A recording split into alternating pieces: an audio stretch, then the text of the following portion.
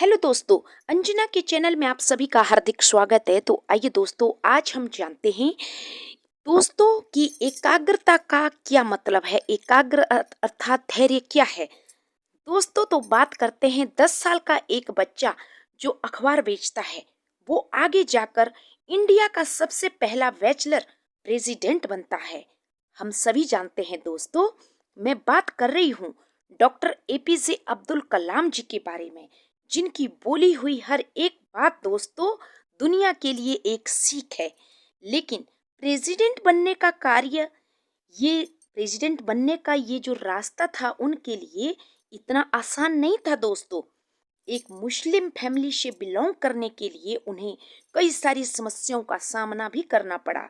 तो आइए दोस्तों जानते हैं कि कैसे लोग उन्हें इंडिया का मिसाइल मैन भी कहकर पुकारते थे।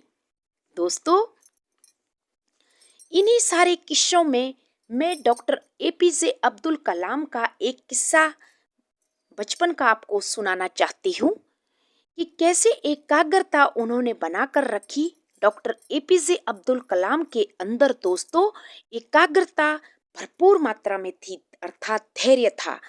एक बार क्या होता है दोस्तों, डॉक्टर एपीजे अब्दुल कलाम वो देहरादून गए इंडियन सेलेक्ट एग्जाम देने के लिए, लेकिन दोस्तों उनके पास पैसे नहीं थे।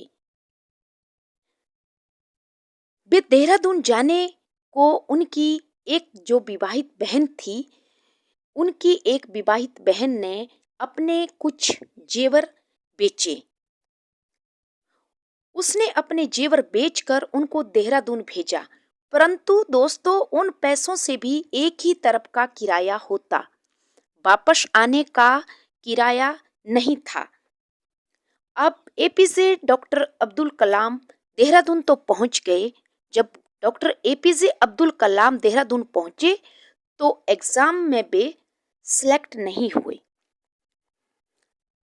तो उनको बहुत दुख हुआ, क्योंकि दोस्तों उनके पास घर जाने के लिए भी पैसे नहीं थे। जो उनकी बहन ने, उनको बड़ी बहन ने पैसे दिए थे, वो भी एक ही तरफ के किराए के थे। तो डॉक्टर एपीजे अब्दुल कलाम बहुत ही निराश हो गए। तो दोस्तों कहते हैं ऋषिकेश में जो लक्ष्मण झूला है उसके पास पहले वहाँ शिवानंद आश्रम था। उसके पास पहले दोस्तों शिवानंद आश्रम के पास पहले पहाड़ियां भी थी। उस पहाड़ी पर वो शाम के समय आत्महत्या करने के इरादे से डॉक्टर एपीजे अब्दुल कलाम वहां पर पहुंचे, क्योंकि अब उनके पास घर जाने तक के भी पैसे नहीं थे दोस्तों। अनजान शहर था, अब वे क्या करते। तो जैसे वो पहाड़ी पर पहुंचे दोस्तों, वहां शिवानंद स्वामी टहल रहे थे। उन्होंने देखा कि एक लड़का बड़ा परेशान है। उन्होंने पूछा, बेटा क्या बात हुई, तुम इतने परेशान क्यों नजर आ रहे हो। तो उन्होंने कहा, वो लड़के ने, कि ऐसे ऐसे मैं इंडियन एग्जाम में सिलेक्ट नहीं हुआ और मेरे पास रामेश्वरम जाने तक के पैसे नहीं हैं। मैं अब गुरुजी मरना चाहता हूं, अब मैं क्या करूं, घर कैसे पहुंचूं।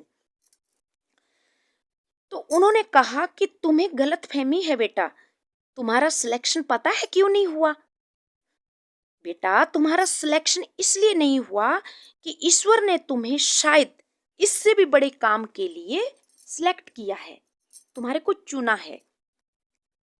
बेटा आज रात तुम यहीं पर रुको आश्रम में, कल मैं तुम्हें रामेश्वरम जाने के लिए पैसे दे दूंगा और घर जाकर एकाग्रता से अपना अध्ययन करना और आगे चलकर अपने भारत देश के लिए कुछ जरूर करना।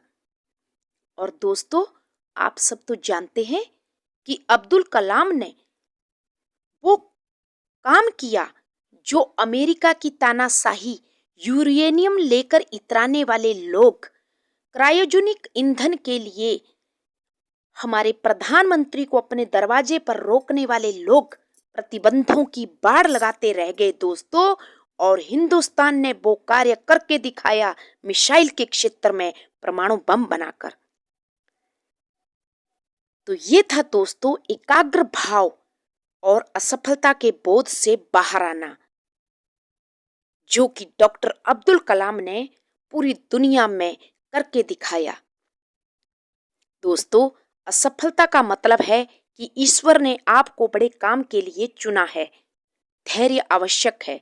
शायद भगवान कोई बड़ा कार्य लेना हमारे द्वारा लेना चाहता है, या हो सकता है इसी में ही हमारा हित है आगे चलकर। तो ऐसे थे डॉक्टर एपीजे अब्दुल कलाम। उनको बारंबार प्रणाम। उन्होंने मिसाइल के क्षेत्र में और हमारे भारतवर्ष को एक नई पहचान दिलाई। तो ऐसे थे हमारे डॉक्टर एपीजे अब्दुल कलाम। तो थैंक यू। आशा करती हूँ आप सबको डॉक्टर अब्दुल कलाम जी के ये एक किस्सा पसंद आया होगा। तो please subscribe my channel. Thank you.